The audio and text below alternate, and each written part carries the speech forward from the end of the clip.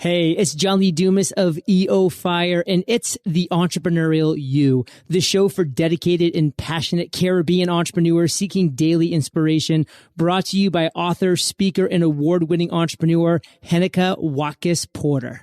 You must be prepared to ignite. We needed to raise capital, but our experience with local financial institutions was that they were cautious and slow to act, and interest rates were far too high. We had real concerns about financing our business through outside equity investors and the possibility of interference. Could we get a fair valuation for our business? We had our own ideas about the business and its value. Should I go the traditional route of bank financing, or should I try the Jamaica Stock Exchange? So we made a call and experienced transformation of our business through conversations. I'm John Mahfood, CEO of Jamaican Teas, and we're listed on the Jamaica Stock Exchange. Give us a call today at 876-967-3271 to begin your transformation through conversation. We want to see your company listed on the Jamaica Stock Exchange. Coming up on this episode of The Entrepreneurial You need to embrace the reality of firing someone. And that can be someone that you're working with as a part of your team, but it can also be your clients. And so when each of these situations present themselves, I approach it the way that I did at my old corporate job. I was in the corporate world for almost 20 years and supervised teams ranging from 30 to 40 people at a peak, and my main core that I had was around 8 people. But my approach to that was always, when there's a problem, whether it's an employee or a client, sit down with that person and identify the problem and talk about the problem. This comes back to communication.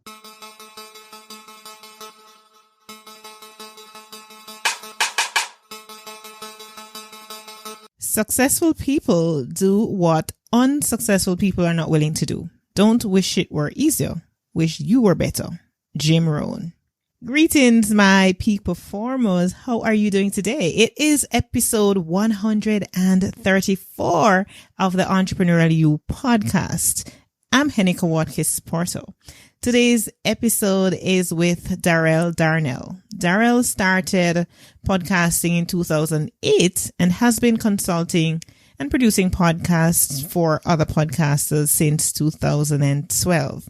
And in 2014, Darrell established Pro Podcast Solutions as a full-service company to help podcasters with production, voiceover, custom artwork, show notes, publishing, and more.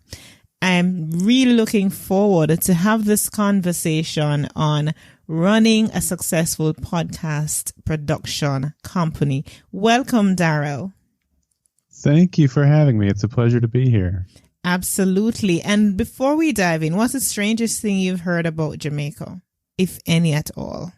Oh, I don't think I've heard anything strange about Jamaica. I've only heard wonderful things about it. I hope to visit there someday. Yeah, and we can make it happen. Woohoo! Absolutely.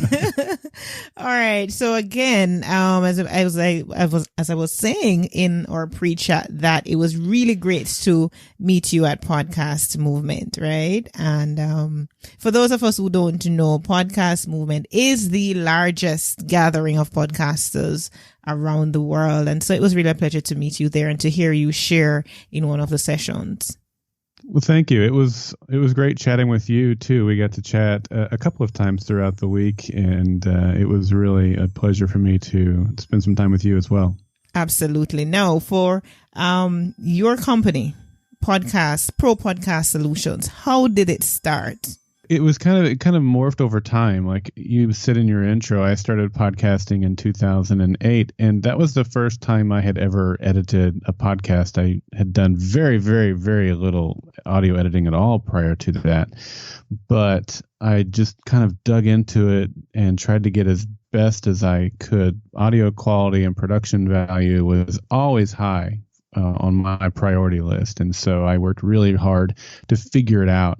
And that kind of came to a point where people started coming to me, asking me more general questions about helping them with their podcast or advice as they were starting their own podcast. And starting to do it full time for other people came about because I was looking for a pathway out of my corporate job. And I was trying to figure out what that pathway would be. I had a couple of different skills that I felt like were marketable, and that was one of them. And I actually tried a couple of other things too, like building websites for people and doing SEO optimization, which is redundant, but for people. And I just didn't like those. I didn't have the passion to do those, and they just kind of didn't work. But then when I first started doing audio production for other podcasters, that was something that I really felt not only could I do it well, but I was passionate about it and enjoyed doing it. I was one of those weirdos that actually enjoyed doing podcast editing. And so it kind of came through just trying to figure out what I wanted to do with my life as a way to get out of my corporate job. As a podcaster myself, when you talk about the audio quality, we know how that can be. And even being a part of various podcast groups on Facebook, I see one of the major challenge that persons have is in audio quality. And you've used that, you leverage that to your advantage to start a business for other podcasters solving that problem. And I really believe that's how businesses start, out of a need. What problems are you solving? And once you can answer that question, you are well on your way to running a business that is successful. And even for me, like when I started, I was most daunted about the editing process. Like I didn't even know that some of this could have been that it's something that I could actually do, because I was really daunted about that. But the more I started doing it, the more I realized it was even therapeutic for me to sit down and it was really, really relaxing to sit down and get almost a perfect podcast, as it were. So I understand the value of what you do. Now, I'm going to ask you, before we get into some of your high points, what were some of the low points for you when you just started? Well, probably the lowest point for me was almost going out of business. So my first client I ever picked up was a very large client. They were starting a whole network, and I simply asked the question, do you have someone who's going to be producing this audio? If not, can I be considered for that role? And I ended up getting that, and that was my first client. It was very large, and it paid very well, because there was, at their peak, they had about 80 different episodes or 80 different podcasts that we were helping produce. It was more than I could do, and I was overseeing a team of people, and it was quite nice. But that company eventually ran out of funding and shut down. And when they shut down, I only had like 4 clients so they were my first. I had picked up a few others along the way, but it was not enough to be able to pay my bills. And fortunately, my wife and I had put a lot of that money we had earned from them into savings. And so we started living out of our savings account, and that's when we created Pro Podcast Solutions. You mentioned in the intro that there was a kind of a rebranding that took place, and that's why people were confused about what we did. I was doing everything under Golden Spiral Media, which is my podcast network where we talk about sci-fi stuff, and I had a single page on there that was talking about podcast production. And so a really insightful potential client, asked me one day, she said, "Are you serious about this podcast production stuff? Because I need somebody that's serious. And when I look at your website, I see one page and then a bunch of sci-fi stuff. So where do you stand on this?" And I was like, well, I'm trying to feed my family doing this, so I'm pretty serious about it. But her comments were, like I said, very insightful, and they led me to go, I should break these apart and make it a standalone brand. And I did. And we immediately started adding new clients. But that process, that time period of when the large client ceased operations and when we picked up our next client, was between 6 and 8 months. And it was rough. We were just about out of savings. We had less than 1 month of income or money left in our savings account. We had less than what it would take to pay the next month's bills. When we added our first couple of clients, we had a couple really right back to back that got us into the black for the first time.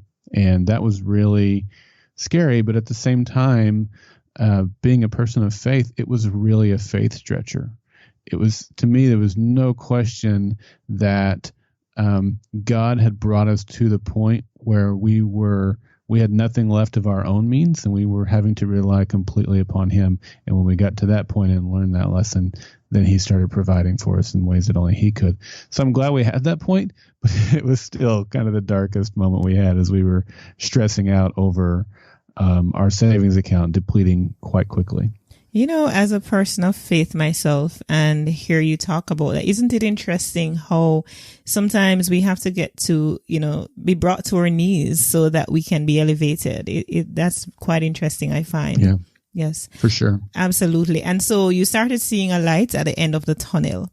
And at what point did you recognize that, we're really over this hump, things are really happening and it's going to be happening and it's a business? Yay. At what point did you start seeing that? Yeah, I mean, it came fairly quickly after that, but not immediately. I mean, for example, when we had all that money in savings, my family and I, my wife and I, had decided to take this vacation to Hawaii, and we paid for a bunch of it well in advance. And so by the time the vacation actually came, we were in that middle of living out of our savings account. So we were in Hawaii feeling really guilty about being there. We really couldn't afford the trip, but we'd already kind of paid for the trip. And so we were trying to have, expend the least amount of money as possible while still halfway enjoying our time there. And I think we were successful in that. But, and it was right when we came back from that trip that I launched Pro Podcast Solutions. And so that is when things began to turn around. But, I had a guy that was working that I was paying to help me edit some of the audio, especially while I was away. So I was paying him out of my savings account. And in January, this would have been January of 2015, I was going to have to let him go because even though we had added a couple of clients, I could not afford him. And fortunately, it was just, again, one of those things that worked out where he came to me. He's like, "Hey, man, I need to step aside. I want to pursue something on my own." And then I was like, "Oh, that's great," because I was going to have to let you go. And so it worked out really well. And he and I are still really good friends today.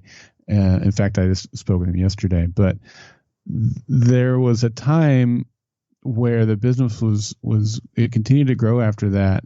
But then the first hire that I made after that was a virtual assistant, what we call a project manager on our team. And that was the scariest thing because now I'm having to pay someone again, right? And it's like, what if I can't afford to pay them? What if I have, and all these doubts start creeping in. But when I realized that hiring that person and trusting her and equipping her to do her job well, and the relief that it gave me and the ability to now invest more time in growing the business, that's when that was a huge moment of growth and understanding as an entrepreneur. So I would say that moment, a lot had to lead up to teach me that, to bring me there, but adding that first regular employee, and she's still with us today. So that was later. That was a few months later in 2015, but that was super scary and a big turning point when I felt like we'd made it. Yes. And now fast track to 2019, right? I want you to share with us about how many podcasts you've launched and how many podcast episodes you've actually produced. Oh, let's see. I just updated these numbers because every year when I go to Podcast Movement, I update those numbers to update our literature. Otherwise, I wouldn't know these off the top of my head. But it's we've launched over 300 podcasts, different podcasts, and we've edited over 11,000 podcast episodes. Isn't that fantastic? That's just an amazing story. And it just goes to show that with perseverance, with faith, because for me, faith is everything, right? Faith takes you through those moments when it seems so dark, like you're not going to make it, but with your faith intact, once you have your faith intact, you can accomplish and move mountains. And I like that. Yeah, totally. All right. What are the main things to consider for those who want to run a podcast production company? What are some of the things that the number one things that they need to be considering? Yeah, I love talking about these topics because there are way more podcasts out there than my company can take care of. And it's very important to me that there are high quality, trustworthy editors and production companies out there to take care podcasters. And so for those who are considering doing a podcast production full time for others, to me, it starts with communication. Everything hinges on communication, and because communication is one of the big factors in establishing trust, and any good business relationship is hinged and founded upon trust. So I would advise anyone who's, and this obviously is a good just business practice in general, but those in relation to what we're talking about with my business, those communication pieces are things like establishing turnaround times for the audio. So a client gives you audio, how quickly are you going to be able to turn that around, and make sure you're meeting those deadlines. I can't tell you how many clients we've picked up over the years who have come to us because, and sometimes it's, I hired my friend or my cousin, right? And they said, oh yeah, I work at a radio station. I could edit your podcast. But then what happens is maybe because they've hired somebody that they're too close to, that person doesn't take the business seriously. It's weeks later and the episodes still aren't edited and that sort of thing. But we've also picked up clients because they hired a quote unquote professional and they weren't able to meet the deadlines or the expectations that they had promised. And so making sure that you're communicating up front with your clients what the turnaround times will be, and then making sure that you're meeting those. And if there's an issue, communicating that, when you mess up, communicate that and own up to your mistakes and keep that trust. Everyone's human. We're all going to make mistakes. Your clients don't expect you to be perfect, but they do expect you to be honest. And so making sure that you're communicating in all aspects when you've screwed up and when you're going to deliver their product to them and just communicate clearly to them. Mm-hmm. So in other words, on the promise and over deliver. Yes, of course. You mentioned when I listened to you at Podcast Movement, Darrell, one of the things you spoke about was your value system and how, you didn't take on projects that you don't necessarily align with in terms of your core values. Just talk to us a little about that. Yeah, I think that's important. For the way I look at adding clients is it needs to be a mutually beneficial situation. And so, and I take that same approach to when I'm adding people to my team. It's got to be a good fit for both of us. Otherwise, it's not a good fit for either of us. And so before I even meet with a prospective client, when someone reaches out to me and wants to meet, I take a look at what they're about. And if I don't feel like they're going to be a good fit, then I try to reach out to them and let them know, here's someone else that you might want to reach out to.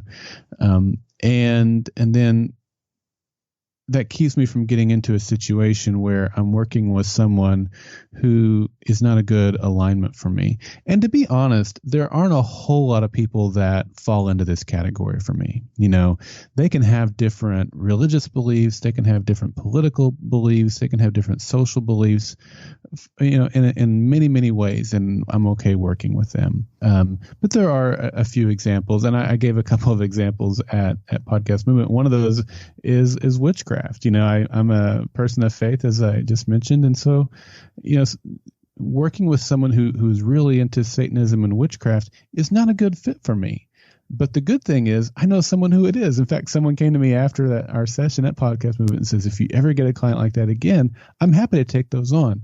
And so I still try to serve those clients as best as I can, but they're not a good fit for me. And that's kind of an extreme example, but it's a starting point for someone to stop and think about who they want to align themselves with so that you can kind of identify those things and be prepared on how you're going to handle those situations when they come. Mm-hmm. So what I'm hearing you say, Darnell, is that it has to be a win-win relationship.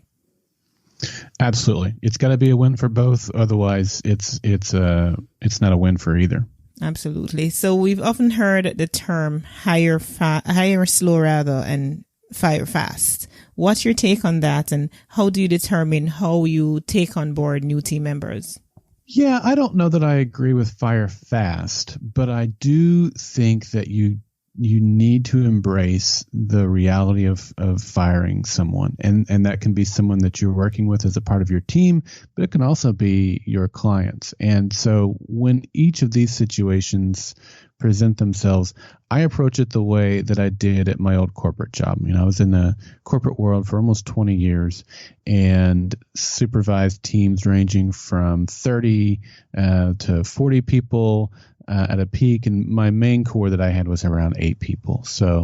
But my approach to that was always, when there's a problem, whether it's an employee or a client, sit down with that person and identify the problem and talk about the problem. This comes back to communication, and try to identify what the core issues are and put together a plan and an action step for how that's going to change, what needs to change, how it's going to change, and work off of that. And then hopefully that's it. Hopefully you've had a conversation, you've identified the problem, you've identified a course for change, and everything's good.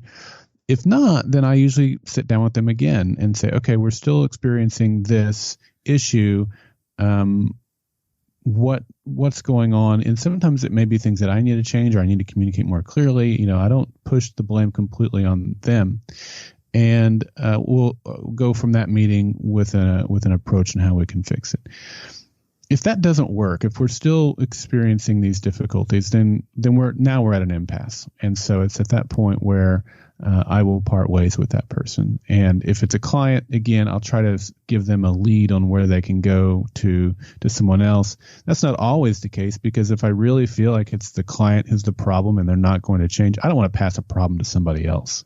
And so and that's pretty rare, but if it is to that point, I'll just say, I'm sorry, we're not going to be able to work together anymore. Let me give you all the assets so you can go find someone else. But don't be afraid to part ways with people who aren't a good fit, because they're just going to suck energy from you, suck time from you. It's going to be counterproductive, and you need to be able to focus your time and your energy and your talents toward people who are a good fit, that you can be mutually benefited by working together. And in terms of determining how you take on that extra help that you need, in terms of your virtual assistants, what's your process like? I have a different process for each team member. Virtual assistants, we have virtual assistants that we use for project managers. Those have been really challenging to find, because we have a very specific set of skills that we are looking for. And so when I have someone that I need to add into that role, it takes me usually a couple of months to find the right person. I have an application on my website, but I don't get many leads on that particular role. So if you're listening to this and you think you'd be a great project manager for a podcast production team, go over to propodcastsolutions.com and click the join our team button and fill that out. But that's the same place to go to apply for our other roles, which are show notes writers and for audio editors. And for those roles, I give them a test, especially with audio editors. That's really the core, the most important part of our business is the quality of audio we're able to produce. And so I have a project that I know is especially difficult, and I give them a kind of a breakdown of what needs to be edited in terms of the standards that we're looking to have edited.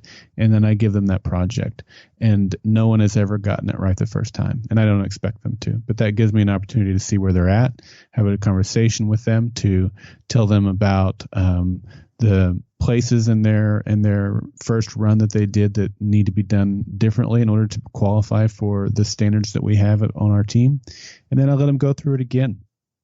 And, most of the time they're spot on after that. And that's what I'm looking for, is someone who can take instruction and correction and make those changes, understand those requests, and then execute those. And so that's kind of a rough way that a rough outline of how we bring people on. We've got different, for our writers, we'll give them an example, or we're looking for examples that they have done to write show notes for other podcasts and things like that. Those are typically things that they can give us an example of, and we may give them an additional episode and have them do a sample for us.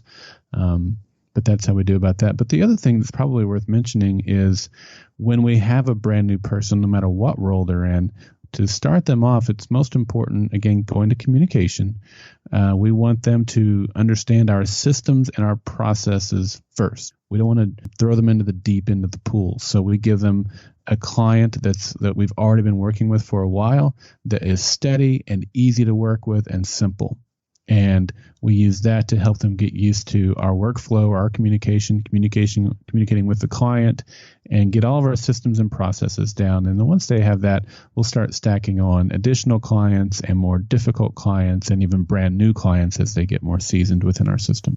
Mm-hmm. So we're trying to give them the best opportunity for success. Absolutely. And Darnell, we have spoken a lot and you've shared a lot, based on what we're talking about, but perhaps there's something else that, we didn't get to touch on. I'm going to ask you at this point to just share your final thoughts with us. I would just encourage those listening to, especially if you're just getting started, but even if you're already a little bit down that path, is just to pause and think about where you want to be with your business in 5 years. What do you want that to look like? For some people, the idea of managing people is not something they're interested in. And that's fine. For me, I had, like I said, 20 years of experience working with a team and overseeing a team. And so for me, that was part of my decision from day one. I was going to build my business so that I was one day managing a team instead of doing day-to-day editing and all that stuff. I'd still do some editing, but I'm relying mostly on my team for that. And I'm working towards a point where I'm not doing any editing except for maybe my own podcast, so that I can continue to work on growing the business. But for some people, that's not at all what they're interested in. They want to be able to get as much work as they can handle and just manage themselves. Maybe they don't want to put the production quality in the hands of someone that's not themselves. And I get that. I would challenge you to grow beyond that and to really, put some faith in other people. But I do get that. And so I would just say that you need to figure out where you're going from day one so that you can make decisions today that are going to lead you toward meeting that goal and shaping your company in that direction. There's always going to be twists and turns. You're never going to be able to predict everything, but at least have an idea of the direction you're going so that you can start making steps towards that end. Absolutely fantastic. My peak performers, when I met Darrell, he came across as a genuine person. And, I picked that up because I don't know, I'm very blessed with the spirit of discernment. And so I know when people are just talking, because they have a crowd to address, as opposed to when they're genuine and their value system is solid and they really believe in what they do and really want to help others. So, if you've started your podcast and you're looking for a podcast production company, I would endorse, without hesitation, Pro Podcast Solutions. And I know that some of the top podcasters work with this company as well based on, testimonials and so on. So I really am grateful and I'm thankful. I feel blessed that I've been able to speak with you, Darrell Darnell, on this podcast, this episode of the Entrepreneurial You podcast. And I wish you all the best. I want to thank you. At this point, also ask that you leave your contact information, mention your website again, and how might my peak performance community be in touch with you. Well, thank you for that. Those kind words. It means a lot. And I appreciate that. Our website is propodcastsolutions.com. On Twitter, I am Darrell. That's M like Mary, ARDARRELL, Darrell. And I'd be happy to chat with folks either through the website or on Twitter. Thank you so much. Thank you.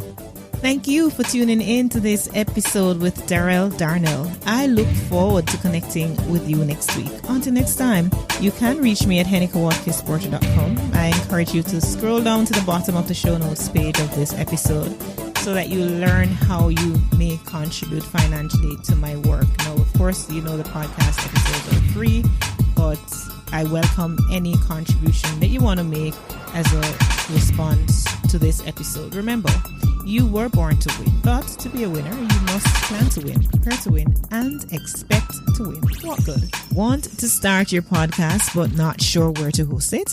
Go to Watkis-Porter.com and claim your 1 month for hosting on Blueberry. Or if you already have your host but aren't getting statistics on your podcast, you can claim 1 month free stats from Watkis-Porter.com. Go ahead and sign up now.